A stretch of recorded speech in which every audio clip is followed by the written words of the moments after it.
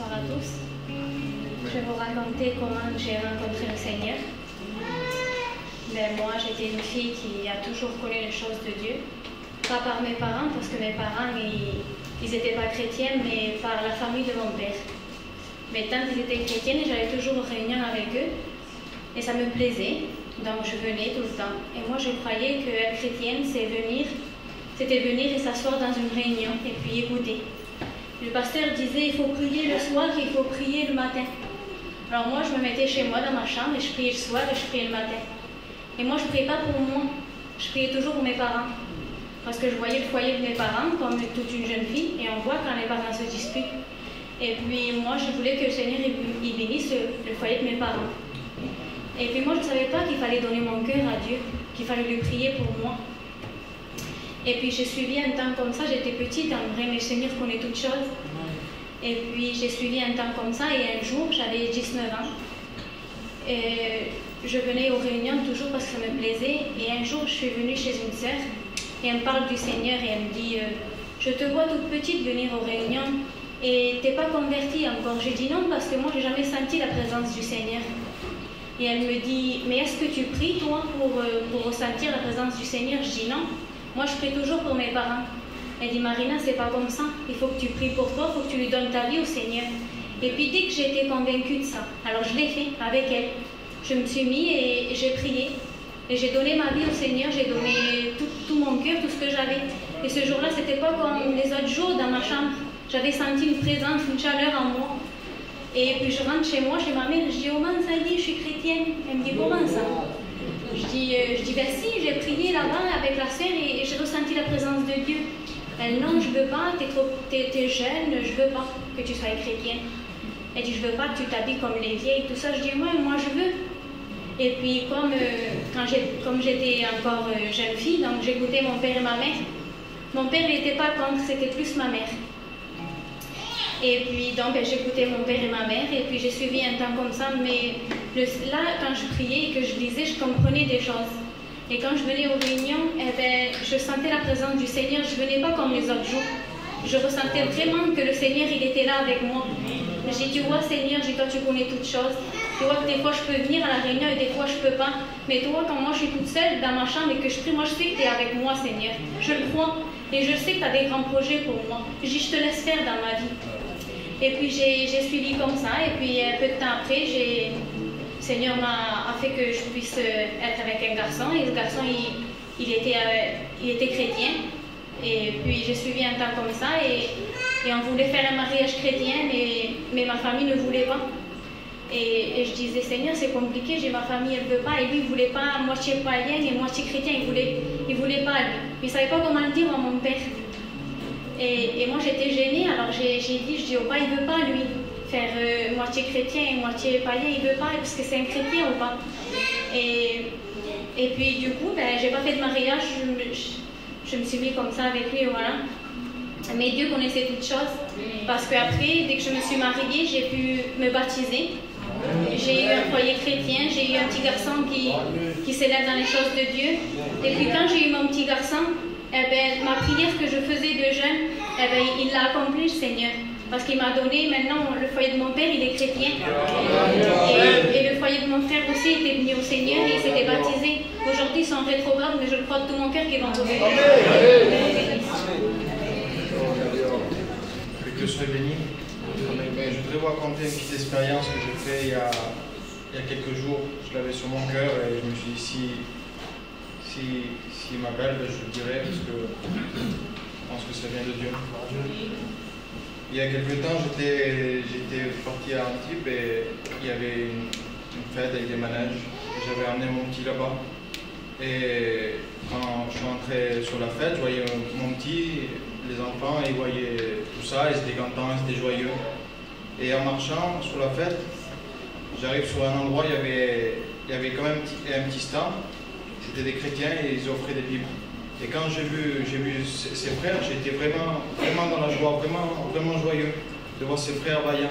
Et j'ai parlé avec eux, c'était les frères qui aiment Dieu. Et quand je les ai vus, ça m'a fait vraiment quelque chose dans mon cœur. Et et j'ai pu comprendre quelque chose. Le Seigneur m'a fait comprendre quelque chose. Je regardais les manèges et je voyais il y avait plein de petites lumières, plein de petites ampoules.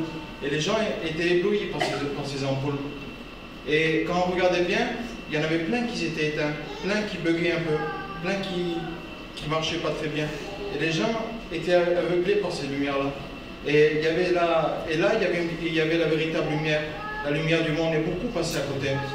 Ils ne demandaient pas d'argent, ils offraient des pipes gratuitement, et beaucoup passaient à côté. Et bien, dans cette soirée, je voudrais juste te dire ces mots. Tu as besoin de la lumière, tu as besoin de le rencontrer, tu as besoin d'être une lumière aussi pour ta famille. Et pour les chrétiens, ben, soyez vaillants, parce qu'une lumière, vous savez que ça doit éclairer les autres. Que Dieu vous bénisse.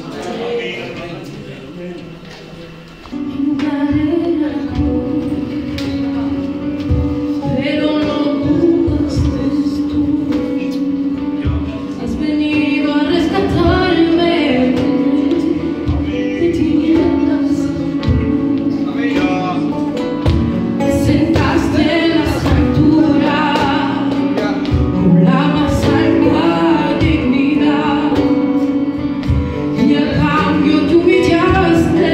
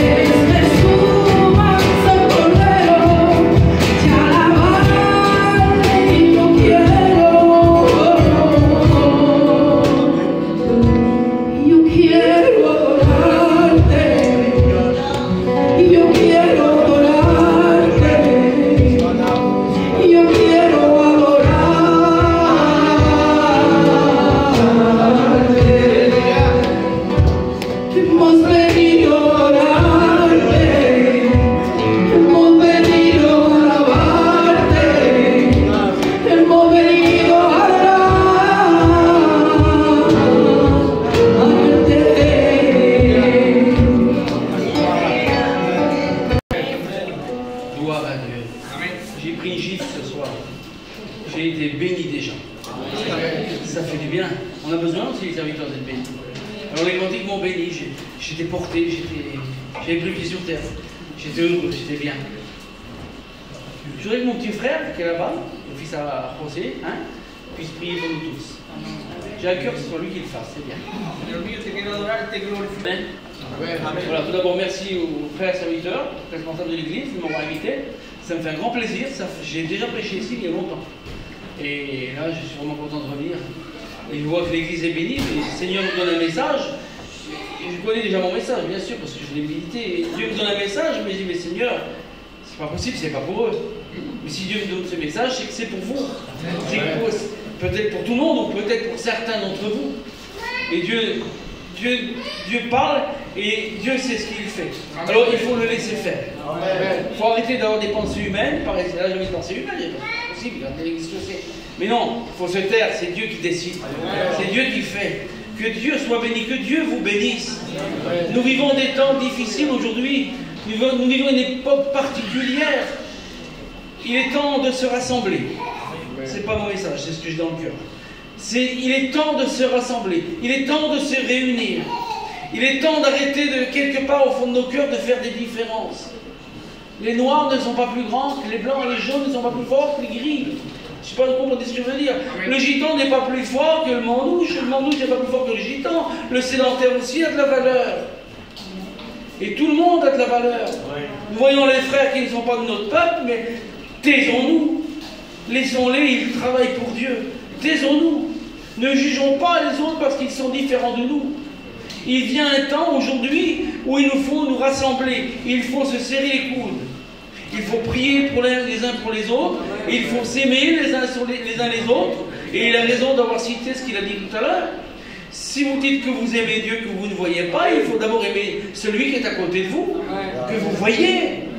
Il est plus facile d'aimer celui qu'on voit que d'aimer que celui qu'on ne voit pas. Plus facile pour nous de voir le frère là, Dieu m'ordonne de l'aimer, il m'ordonne de l'aimer, il faut que je l'aime. Et si je ne l'aime pas, je demande à Dieu qu'il me donne de l'amour et je l'aimerai vraiment. C'est pas de dire que je l'aime, ça suffit pas ça. C'est pas la pommade, c'est pas. Dieu veut des gens sincères, des gens vrais. Quand tu dis que tu aimes ton frère, tu dois l'aimer au fond de ton cœur, sinon t'es toi qui deviens menteur. Si on dit qu'on aime et qu'on n'aime pas, on dit des mensonges. Alors on doit fuir le mensonge, se mettre à genoux devant l'Éternel, devant Jésus, et lui dire Seigneur, aide-moi à être rempli mon cœur d'amour, que je puisse aller voir mon frère pour lui dire que je l'aime. C'est ça l'évangile. Il faut se serrer les coudes. Jésus revient. Je suis jamais autant convaincu en ce moment que je sens le retour de Jésus. Le monde va de plus en plus dans le péché, il s'enfonce de plus en plus dans le mal, et ils appellent le mal bien, ils trouvent que le mal c'est bien, et si tu dis que le mal c'est mal, tu vas en prison. Pour certaines situations, tu peux aller en prison. Le mal, c'est mal. Et le bien, c'est bien. Ils ne nous ont pas retourné le cerveau, nous sommes des chrétiens. On n'a pas eu le cerveau retourné à l'envers. Nous avons le vrai cerveau que Dieu nous a donné. Nous sommes de véritables chrétiens. Dans cette église, il y a l'Esprit de Dieu. J'ai ressenti l'Esprit de Dieu. Ça fait du bien. C'était pas mon message. Regardez ce que dit Dieu dans le Genèse chapitre 1 et verset 26. Faisons l'homme à notre image. Dieu dit, faisons l'homme à notre image.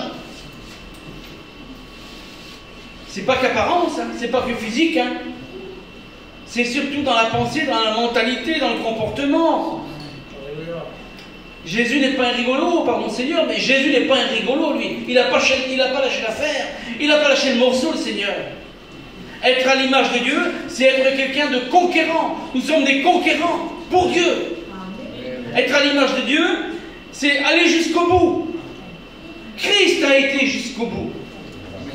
Il a été jusqu'à la croix. Il a même été jusqu'à la résurrection. La pierre a été roulée, il est sorti du tombeau vainqueur. Vivant, il a vaincu la mort. C'est un jusqu'au boutiste, notre Seigneur. Et nous devons être des jusqu'au boutistes. Il ne faut pas ralentir. Il ne faut pas s'arrêter. Oh, Dieu n'aime pas non plus l'à peu près. L'à peu près, Dieu n'aime pas. J'irai, on verra. Non, non. C'est soit tu es chrétien, soit tu ne l'es pas. L'évangile, c'est ça. Soit tu es chrétien, soit tu ne l'es pas. Il y a des gens qui ont passé des années dans les églises, ils n'ont jamais, en vérité, au fond de leur cœur, jamais été convertis. Ils ont trouvé une bonne ambiance, comme il y avait une bonne ambiance tout à l'heure. Mais il faut faire la séparation entre l'ambiance et l'Esprit de Dieu. C'était bien. Mais si vous venez pour l'ambiance, je vous demande pardon de ce que je vais vous dire. Allez dans les bals musettes, il y a des bons guitaristes. Ça joue bien de la musique, vous pouvez vous amuser. Il y a de l'ambiance. On ne vient pas pour l'ambiance ici. On vient pour rencontrer Christ. On vient pour grandir, pour évoluer, pour que Dieu nous rende forts, pour que nous soyons une forteresse imprenable. Est-ce que ta forteresse est imprenable ou est-ce que ta forteresse c'est un peu écroulée? Dieu créa l'homme à son image. Ah, quel grand Dieu! J'ai le pouvoir de dire non au péché. J'ai le pouvoir de chasser Satan au nom de Jésus de Nazareth. J'ai ce pouvoir-là que l'ennemi ne peut pas m'approcher au nom de Jésus.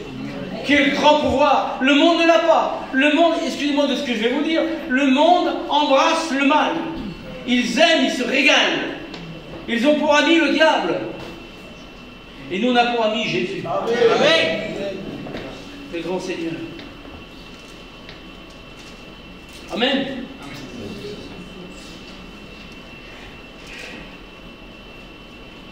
J'espère que ça va. Comment, Hébreux 2:3, comment échapperons-nous en négligeant un si grand salut? Négliger votre salut? Jésus a-t-il négligé la croix? Jésus a-t-il négligé sa marche? Jésus nous a-t-il négligé? Non. Il est allé jusqu'au bout. Comment échapperons-nous en négligeant un si grand salut? Négligent. Alors le mot négligent, c'est un manque de sérieux, un manque d'attention, un manque d'intérêt, du travail fait avec négligence. On peut être ici et pas avoir envie. On peut être dans ce lieu, on peut même prendre une guitare. Et je ne le dis pas pour les frères. Peut-être c'est pour eux, j'espère que non. On peut même prendre une guitare, là ça fait bien. Et pas avoir envie. Pas avoir envie de communier avec Dieu. Pas avoir envie de parler avec le Seigneur. Être un super chrétien dans l'église, dans la salle, et dehors, être plus grand chose. Comment échapperons-nous en négligeant ce si grand salut?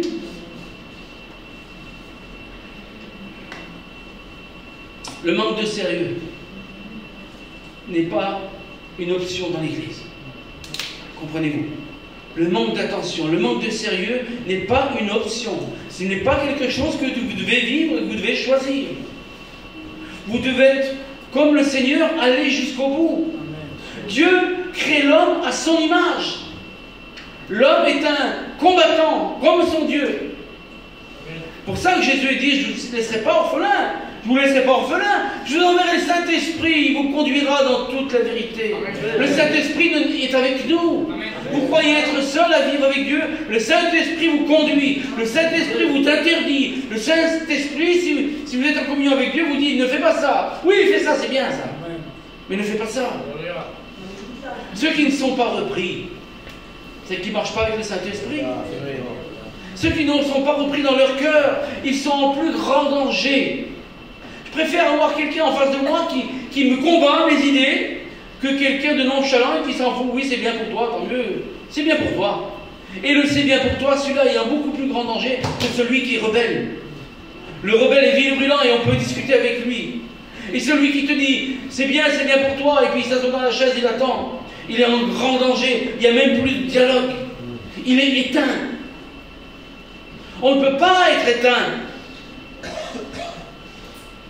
Dieu crée l'homme à son image. Alors j'ai bien réfléchi, mais à l'image de Dieu. Mais je veux ressembler, je veux te ressembler, Seigneur. Je vais être comme toi. Je vais être un battant. Excusez-moi de ce que je vais vous dire. Vous devez être des pitbulls de l'évangile. Des bulldogs, des chiens qui accrochent, qui ne lâchent pas. Je ne lâche pas parce que j'aime mon maître. Jésus m'a dit qu'il ne fallait pas lâcher. Je ne lâche pas. Je suis un battant. Vous aussi, mes sœurs, vous êtes des bulldogs et des pitbulls. Je suis un battant. Je mords, je avance, je ne lâche pas. Vous avez vu les problèmes que vous avez dans la vie? Et je ne suis pas le seul. On n'a jamais eu autant de problèmes dans ce moment. Vous avez vu les problèmes que vous avez? L'ennemi voudrait bien vous faire tomber. Il voudrait bien vous faire lâcher. Vous savez pourquoi vous avez tant de problèmes? Parce qu'un peu de temps, encore un peu de temps, et celui qui doit venir viendra. Pourquoi vous avez tant de problèmes? Parce que le diable est animé d'une grande colère. Parce qu'il sait qu'il a peu de temps. Parce que bientôt le Christ revient. Jésus revient sur les nuits du ciel nous chercher. Et tu dois être debout ce soir. C'est pas la guitare qui doit être debout, c'est pas ton chant, c'est pas ton sourire, c'est pas ton habit. Dieu ne regarde pas l'apparence, Dieu regarde au cœur. On ne voit pas un chrétien parce qu'il est bien habillé. C'est pas ça qui fait de moi un chrétien. Ça vaut rien, ça.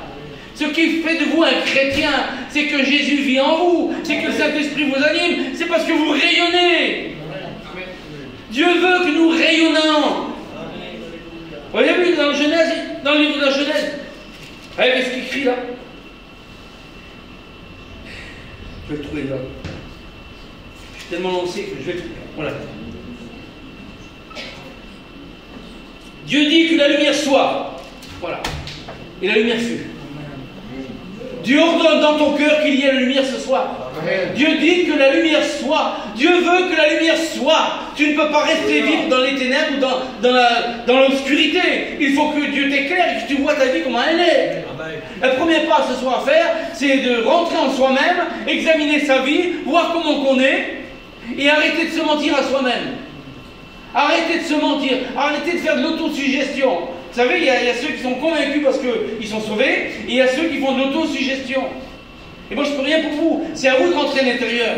Si vous faites de l'autosuggestion, vous êtes perdu. Mais si le Saint-Esprit vous dit que vous êtes sauvé, vous êtes sauvé. Ce soir, il est important de rentrer en soi-même. Il faut que la lumière soit. Pour comprendre Dieu, il faut dire à Jésus ce soir, rentre ta lumière en moi, mets ta lumière en moi, éclaire ce qui est dans moi, ce qui est caché. Quand Dieu l'éclaire, il montre ce qui ne va pas. Ce que tu as caché depuis longtemps, Dieu montre à la lumière ce qui ne va pas pour te blesser, te détruire, pour te débarrasser des scories, pour te débarrasser des microbes, pardonnez-moi des mots, pour te débarrasser des défauts, pour t'enlever dans ton cœur tout ce qui ne va pas. L'église de Dieu, c'est une église qui ne doit pas juger, qui ne doit pas critiquer, qui ne doit pas mal parler, qui ne doit pas, celui qui est faible ne doit pas parler sur celui qui est faible, il doit y tendre la main. L'église de Dieu, c'est une église lumière. Quand vous sortez dehors, on doit voir que vous êtes lumière. Excusez-moi, moi j'en ai vu, moi je fais un peu les marchés. Alors j'ai vu certains chrétiens dans les églises, vous les voyez, c'est les bras en l'air, c'est extraordinaire, mais quand vous les voyez sur les marchés, c'est plus les mêmes personnes, hein. L'argent est là, on a besoin. L'argent. Ils aiment ce qui est palpable. Certains endroits, certains lieux, ici dans l'église, nous sommes tous des super spirituels. Mais, bon, je ne parle pas pour vous, je laisse parler Dieu. Hein. Mais dans certains lieux, les chrétiens ne sont plus les mêmes. C'est le palpable, c'est le palpable qui prend le pas. Le non palpable est derrière, on n'y pense plus. On a perdu la crédibilité. On est incrédule. Ce qui est palpable est beaucoup plus intéressant. Triste chrétien.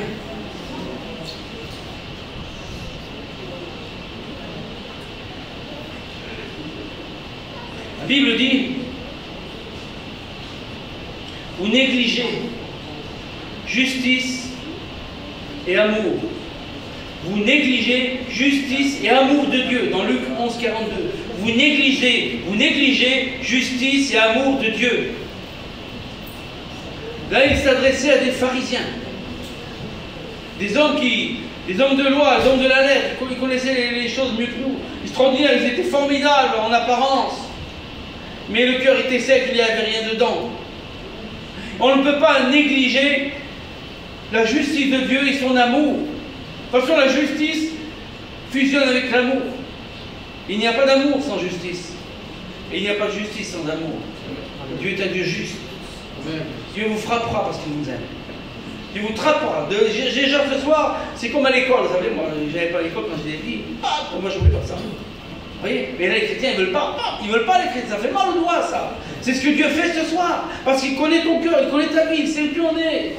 Dieu ne regarde pas ton apparence. Les pasteurs regardent ton apparence. Et les pasteurs, c'est des hommes, ils n'ont pas toujours la directive, la direction. Mais Dieu, lui, heureusement, il est là dans ce lieu. Et Dieu voit comment tu es.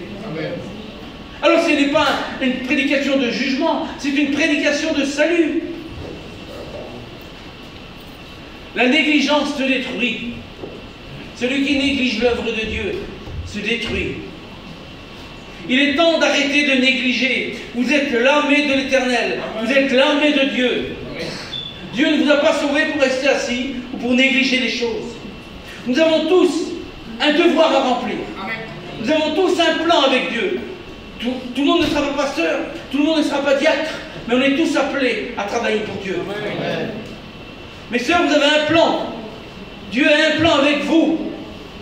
Déjà le plan de la lumière, le plan de la manière de vivre. Dieu crée l'homme à son image, mais Dieu crée la femme aussi à son image.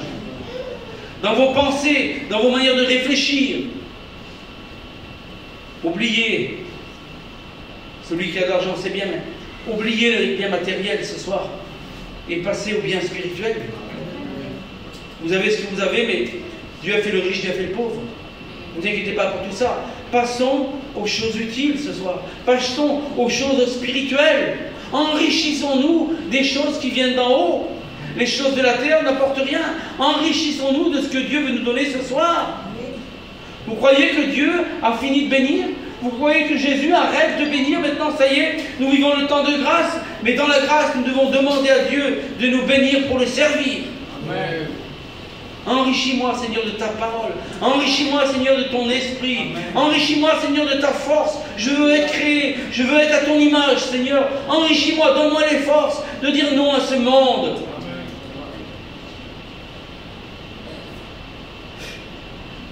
Je ne vous prêcherai pas tout parce qu'il y a des choses. Regardez, dans Genèse 25. Genèse 25. C'est Jacob et Ésaü. Jacob dit à Ésaü, vends-moi ton droit d'aînesse. Aujourd'hui, ton droit d'aînesse. Ésaü répondit, voici, je m'en vais mourir. À quoi me sert ce droit d'aînesse? Et Jacob dit, jure-moi d'abord, et il le jura. Et il vendit son droit d'aînesse à Jacob. Alors Jacob donna à Ésaü du pain et du potage de lentilles, et il mangea et il but. En plus, lentilles, c'est pas bon. Enfin, moi, j'aime pas. Vous vous rendez compte, il a vendu son droit d'aînesse, impalpable, quelque chose qu'on ne peut pas palper, mais c'était lui, c'était non, c'est l'héritier, c'était lui, comme vous êtes les héritiers du ciel, c'est lui, contre un plat de lentilles, parce qu'il avait faim. C'est moi qui dis ça. Il avait faim. Un plat de lentilles avec quoi? Du pain. Regarde, quelle horreur en plus. C'est pas bon ça. Mais lui, il aimait en ce temps-là, ils aimaient ça, le plat de lentilles. Alors ils ont vendu quelque chose de palpable pour quelque chose qui ne l'était pas. Il faut arrêter, les frères et sœurs, de miser sur ce qui est palpable. Quand on est chrétien, on vit sur le spirituel. Amen. On vit sur du céleste. Je m'appuie sur le céleste. Ce soir, je suis chrétien, je m'appuie sur le céleste. Je ne m'appuie plus sur le charnel. Je ne m'appuie pas sur le pasteur. Je ne m'appuie pas sur l'église. Je m'appuie sur Jésus de Nazareth. Amen. Alors, certains chrétiens faibles finissent par se dire, est-il vraiment ressuscité? Va-t-il vraiment revenir? Et Jésus est-il vivant? Est-il au milieu de nous? Oui, il est là, Jésus. Amen. Oui, Jésus dans ce lieu. Oui, le Seigneur dans ce lieu. Ne doutez point ce soir. La Bible dit, si tu crois, tu verras la gloire de Dieu. Si tu crois, mais pas si tu crois hier, il y a 10 ans, parce que c'était terrible. Si tu crois ce soir, les années ont passé. Je suis baptisé depuis 1990. Et je suis pasteur depuis 1997.